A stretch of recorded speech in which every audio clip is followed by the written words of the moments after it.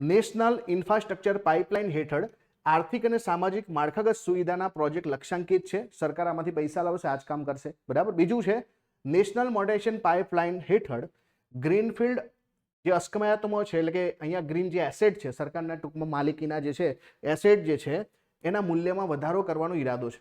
ખરેખર તો જે છે આ મોનેટાઇઝેશન પાઇપલાઇન શું છે કે સરકાર પાસે કોઈ જૂનું જે છે એરપોર્ટ પડ્યું છે, સરકાર પાસે જૂનું કોઈ મેદાન પડ્યું છે, સરકારની કોઈ જૂની કંપની છે, તો સરકાર શું કરશે, આ જૂનું પડી રહ્યું છે ને, તો ચલો બીજા લોકોને આપીએ, વેચીએ આને, બરાબર, ભાડે આપીએ કે જેથી આમાંથી પૈસા આવે. તો આ જે છે કેવા કહેવાશે, બ્રાઉન ફિલ્ડ કહેવાશે, આ ગ્રીન ફિલ્ડ ના કહેવાય, નવેસરથી થોડા બનાવ્યા છે.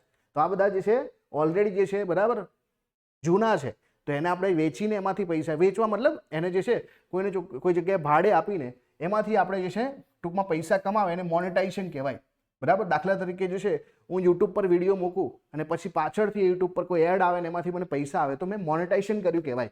બરાબર. અને જ્યાં સુધી ના આવે ત્યાં સુધી મને કંઈ મળે નહીં. તો સરકારને આમાંથી શું મળશે, પૈસા મળશે, અને એ પૈસાનો ઉપયોગ જે છે આપણે આર્થિક સામાજિક માળખાગત સુવિધાઓ માટે કરીશું. ક્લિયર છે? તો ગ્રીનફિલ્ડ નહીં આવે, આ બિલકુલ સાચું છે. એટલે કે એક ઓપ્શન સાચું છે, પહેલું વાક્ય સાચું છે, બીજું વાક્ય ખોટું છે.